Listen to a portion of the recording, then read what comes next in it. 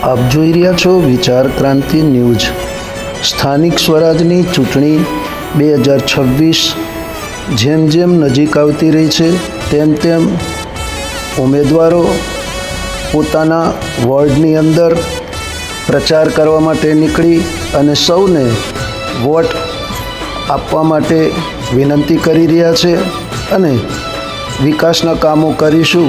એવો અહેસાસ આપી અને પ્રચાર પ્રસાર કરી સૌને પ્રેરિત કરી રહ્યા છે કે વોટ આપવો એ આપણો જન્મસિદ્ધ હક છે અને વોટ આપવાથી સારા ઉમેદવાર ચૂંટાય તો ગામનો વિકાસ થાય, ગામની સુખ સુવિધાઓ વધે।